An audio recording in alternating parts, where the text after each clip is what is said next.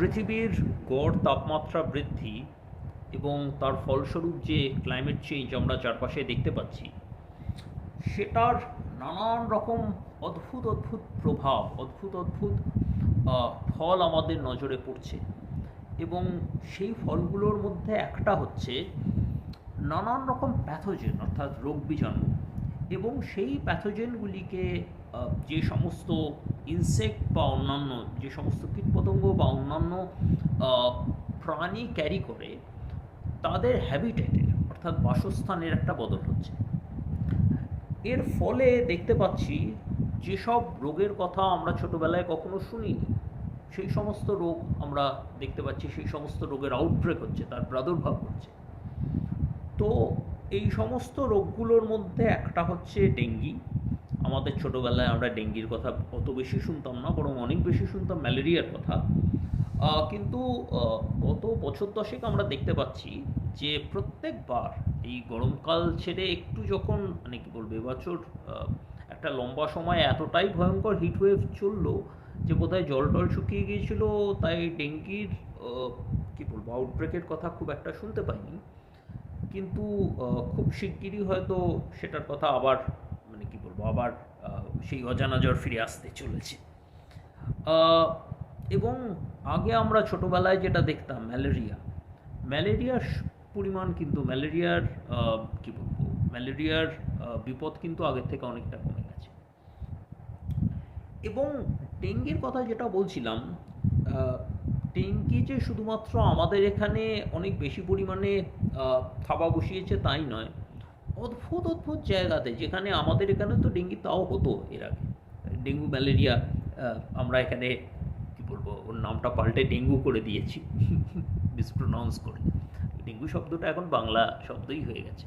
তো dengue malaria এই শব্দগুলো আমরা ছোটোবেলা থেকে শুনে আসছি, কিন্তু যেসব জায়গাতে লোকে এই রোগটার নাম পর্যন্ত শোনেনি, সেসব জায়গাতেও কিন্তু এখন আস্তে আস্তে ডেঙ্গি ছড়াচ্ছে। অর্থাৎ ইডিস মশা, তাদের কী বলবো ডেঙ্গি ক্যারিং যে মশাটা, ইডিস মশা, তারা কিন্তু এখন সেসব জায়গাতেও আস্তে আস্তে থাকতে শুরু করছে। যেরকম তাদের মধ্যে রয়েছে ইউএসের যে একটু গরম স্টেটগুলো, বা ইউরোপের যে রাষ্ট্রগুলো একটু মানে তুলনামূলকভাবে উষ্ণ অঞ্চলে অবস্থিত, সেই সমস্ত জায়গাতে দেখা যাচ্ছে যে ডেঙ্গি হচ্ছে।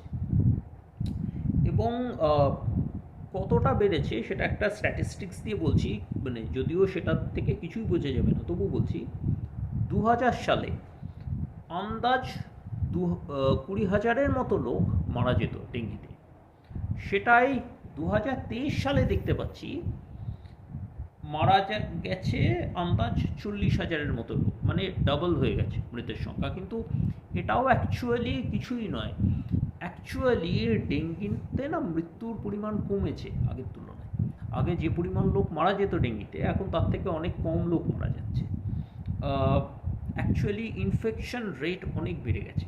কীরকম বেড়েছে, আমি এটা ল্যাটিন আমেরিকার কী বলবো যেখান থেকে অ্যাকচুয়ালি পেয়েছি, আমি এটা আগে বলে দেওয়া উচিত ছিল। এটা ইকোনমিস্ট পত্রিকার গত মাসের শেষের দিকে যে সংখ্যাটা, গত মাসের লাস্ট সংখ্যাটা, খুব সম্ভবত 27 তারিখ বেরিয়েছে, আমার ঠিক মনে পড়ছে না, যাবতীয় ইনফরমেশন ওখান থেকেই নিয়েছি।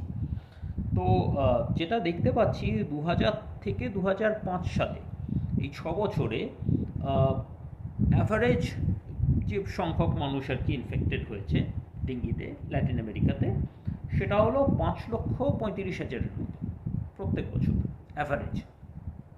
সেখানে শুধুমাত্র 2023 সালে দেখতে পাচ্ছি 46 লক্ষ লোক ডেঙ্গিতে ইনফেক্টেড, শুধুমাত্র 2023 সালে। মানে কি বলবো, কোনো কম্প্যারিজনই হবে না। এবং 2024 সালে যে মানে বাড়ছে কীরকম সেটা দেখুন।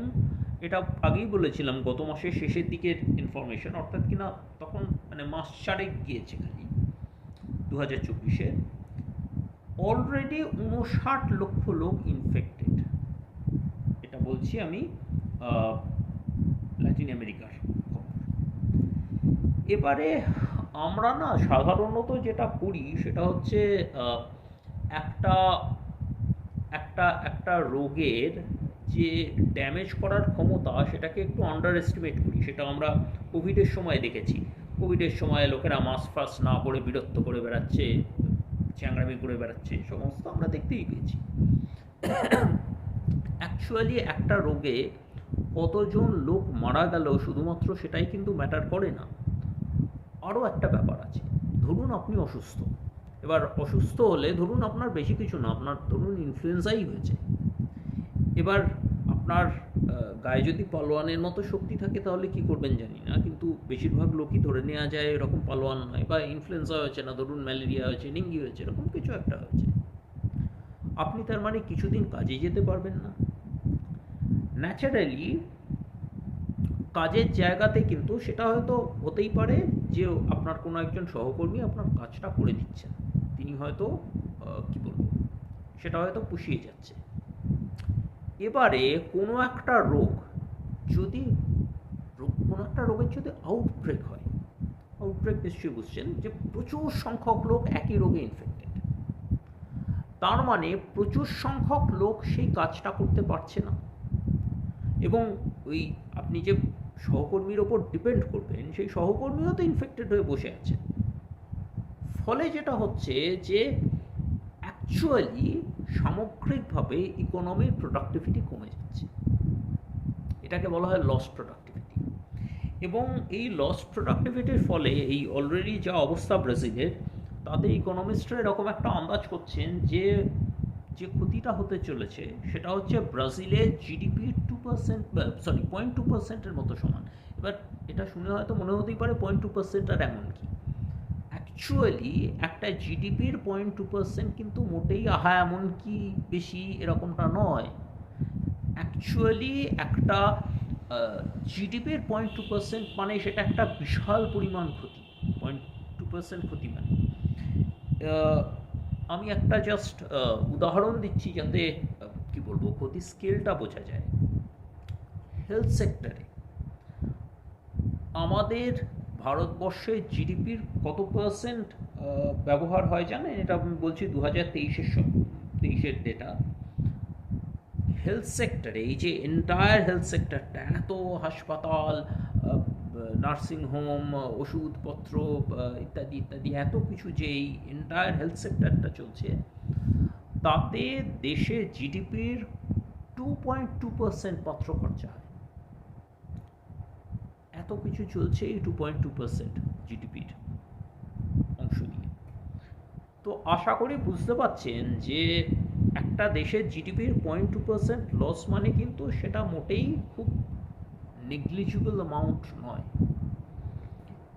এবং শুধুমাত্র এটাই নয়, এটাও দেখা যাচ্ছে, এটা আমি বলছি ব্রাজিলের ডেটা। ব্রাজিলে যেটা বলছিলাম বোধহয় একটু আগেই, যে একটা ভয়ঙ্কর আউটব্রেক হয়েছে ডেঙ্গির, এবং তাতে দেখা যাচ্ছে যেসব অঞ্চলগুলোতে বেশি করে হচ্ছে আর কি ডেঙ্গিটা, সেই সব অঞ্চলে স্কুল ড্রপ আউটের পরিমাণ কিন্তু 5% বেশি। যেসব জায়গায় অতটা মানে কি বলবো অতটা ছড়িয়ে পড়েনি রোগটা, সেখানে ড্রপ আউটের পরিমাণ যা, তার তুলনায় যেসব জায়গাতে আউটব্রেক অনেক মানে কি বলবো একটা বড় স্কেলে হয়েছে, সেসব জায়গাতে অনেক বেশি। তো শুধুমাত্র মানে কি বলবো সেটা যে বর্তমানে ইকোনমির ক্ষতি করছে তাই নয়, সেটা কিন্তু ভবিষ্যতের কি বলবো ভবিষ্যৎ জেনারেশনেরও একটা পার্মানেন্ট ড্যামেজের ব্যবস্থা হচ্ছে। যাই হোক, আমাদের এখানেও তো দেখতেই পাচ্ছি কীরকম অবস্থা হয়। এনিওয়ে, ডেঙ্গিটা সব থেকে বেশি ড্যামেজ করে হচ্ছে শহর এলাকাতে। গ্রাম এলাকাতেও যে ছড়ায় না তা নয়, কিন্তু শহর এলাকাতে যেহেতু পপুলেশন ডেন্সিটি বেশি, সেজন্য যে কোনো কী বলবো মশারই অ্যাকচুয়ালি অনেক বেশি সংখ্যক লোককে কামড়ানোর একটা পসিবিলিটি রয়েছে। আর আগেই যেটা বলছিলাম, বোধহয় ঠিক মনে পড়ছে না বলেছি নাকি, বলেছিলাম যে আগের তুলনায় ম্যালেরিয়া কমেছে। ম্যালেরিয়াতে কিন্তু একটা সুবিধে ছিল, ম্যালেরিয়ার মশাটা মূলত কামড়াতে হচ্ছে রাত্রেবেলা। তো আপনি যদি রাত্রেবেলা একটু মশারি খাটিয়ে শোন, তাহলে অনেকটাই ম্যালেরিয়াকে আটকাতে পারেন। ডেঙ্গির প্রবলেম হচ্ছে, ডেঙ্গির মশা কামড়ায় দিনের বেলা। অর্থাৎ আপনি দিনের বেলা কি করে আটকাবেন? হ্যাঁ, ওই কি যেন বলে, রোল অন টাইপের কিছু, রোল অন তারপর ওডোমস টাইপের জিনিসপত্র মেখে যেটুকু প্রিভেন্ট করতে পারছেন, সেটা আলাদা কথা। কিন্তু আপনি তো আর মানে দিনের বেলা মশারি পরে ঘুরে বেড়াতে পারবেন না। আহ, ডেঙ্গির মশার একটা সুবিধে আছে, এটা মানে আইডেন্টিফাই করা সহজ। ডেঙ্গির মশাতে একটা খুব ড্রোনের মতো আওয়াজ করে, এই ভোঁ আওয়াজটা ওটা ডেঙ্গির মশাতে করে। ওই টাইপের ভোঁ করে আওয়াজ করা মশা দেখলে সাবধান। যাই হোক, আমি এখানে একটা ইন্টারেস্টিং ইনফরমেশন দেব, দিয়ে তারপরে এটাকে মোটামুটি কনক্লুড করার দিকে নিয়ে যাব এই আলোচনাটাকে। সেটা হচ্ছে যে যে দেশটি দীর্ঘদিন ধরে ডেঙ্গির দ্বারা উপদ্রুত এবং যেটার ডেঙ্গি প্রিভেনশনের কী বলবো, উদ্যোগকে মোটামুটি গোল্ড স্ট্যান্ডার্ড বলে ধরা হয়, ডেঙ্গি প্রিভেনশনের গোল্ড স্ট্যান্ডার্ড, সেটা হচ্ছে সিঙ্গাপুর। সিঙ্গাপুর রাষ্ট্রটাতে যারা জানেন তারা জানেন যে ওখানকার সার্ভেলেন্স মারাত্মক ভালো। কেউ বাড়িতে ওই জমা জল জমিয়ে রেখে বেশ মশাদের ব্রিডিং গ্রাউন্ডে সুন্দর ব্যবস্থা করে দিচ্ছেন। সেসব করলে পরে সাথে সাথে ওদের সার্ভেলেন্স টিম এসে ক্যাঁক করে ধরবে, একটা হিউজ ফাইন করবে, প্লাস ওদের আরও কিছু কিছু জিনিস আছে। ওদের একটা খুব এখন মানে এআইটিআই এসে গিয়ে নানান রকম মডেলিংয়ের ব্যবস্থা হয়েছে। মডেলিং মানে কোন জায়গাতে কী বলবো, মডেল অনুযায়ী কোন জায়গাতে আউটব্রেক হতে পারে তার একটা প্রেডিকশন কাজ করে, ওদের মাথাতে কিছু আইডিয়া কাজ করে, বিগ ডেটা এবং এআই এর উপর ডিপেন্ড করে। এবং সেটার ফলে বেশ কিছু মানে যেসব জায়গাতে আর কি প্রেডিকশন অনুযায়ী আউটব্রেক হওয়ার চান্সেস রয়েছে, সেই সব জায়গাতে ওরা অলরেডি প্রিভেন্টিভ মেজার্স নিতে থাকে। তার সাথে আরেকটা জিনিস করছে যেটা খুব ইন্টারেস্টিং, সেটা হচ্ছে উলবাকিয়া। উলবাকিয়া বলে এক রকমের ব্যাকটেরিয়া আছে। এটা ঠিক কি বলবো,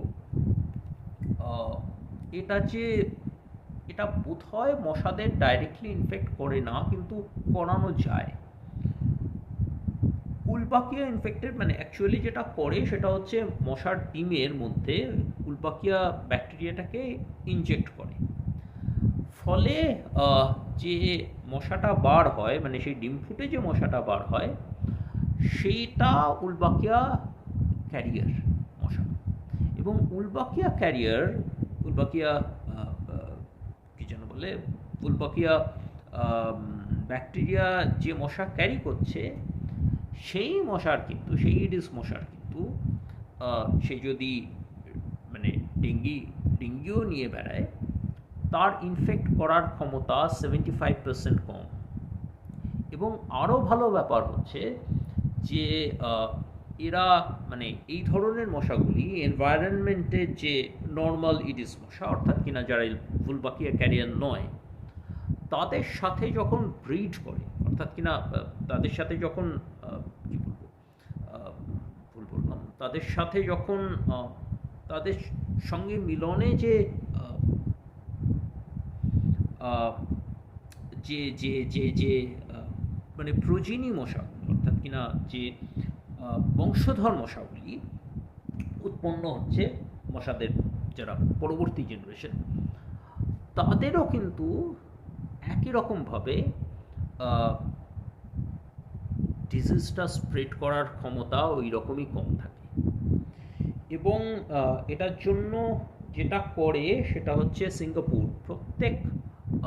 প্রত্যেক সপ্তাহে বোধহয়, হ্যাঁ, প্রত্যেক সপ্তাহে 50 লক্ষ এরকম উলবাকিয়া ক্যারিয়ার মশা এনভায়রনমেন্টে ছেড়ে দেয়। এবং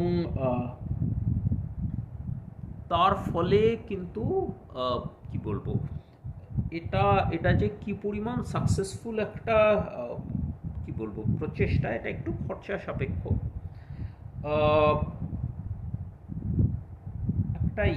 একটা উদাহরণ দিচ্ছি। কলম্বিয়াও জানেন নিশ্চয়ই, এটাও একটা দক্ষিণ আমেরিকার রাষ্ট্র। কলম্বিয়াতে একটা পাইলট স্টাডি করা হয়েছিল। কত সালে সেটার খবর আমার কাছে নেই। সেটাতে দেখা যাচ্ছে যেসব অঞ্চলে এই পাইলট স্টাডিগুলো করা হয়েছে সেই সমস্ত অঞ্চলে ডেঙ্গির কেস 94% পর্যন্ত হ্রাস পেয়েছে। এবং ব্রাজিলের আহ, শহরটার নামটা আমি এখানে লিখে রাখিনি। যাই হোক, মূল যে ইয়েটাতে যারা আমার এই এটা শুনে এই ভিডিওটা দেখে ইন্টারেস্টেড হবেন তারা হয়তো ওই মূল ইকোনমিক্স পত্রিকাটাও জোগাড় করে পড়তে পারেন, ওখানে কিন্তু শহরের নামটা রয়েছে। এনিওয়ে, তো ব্রাজিলে এই মুহূর্তে সব থেকে বড় মশা চাষের কারখানা তৈরি হচ্ছে। মশা চাষের মানে এই উলবাকিয়া পজিটিভ মশা যেগুলি, সেগুলিকে চাষ করা সব থেকে বড় কারখানা তৈরি হচ্ছে। তো যাই হোক, আমাদের এখানেও ডেঙ্গির বিপদ আমরা দেখতেই পাচ্ছি, ঘাড়ের কাছে একেবারে খাঁড়ার মতো দাঁড়িয়ে রয়েছে। সেজন্যই বোধহয় আমাদের এগুলো একটু জেনে রাখা ভালো। এগুলো জেনে রাখলে কি হয়, যত বেশি মানুষ জানবে, অবভিয়াসলি আমার আর রিচ কজনই বা জানবে, কিন্তু যত বেশি লোকে জানে তত বেশি কিন্তু সরকারের ওপর প্রেশার পড়ে একটা একটা একটা পদক্ষেপ গ্রহণ করার। যাই হোক, ব্রাজিলে প্রাণের দায় এখন উলবাকিয়া চাষ হচ্ছে, উলবাকিয়া পজিটিভ মশার চাষ হচ্ছে। আমাদের এখানেও আশা করা যায় কোনো না কোনো সময়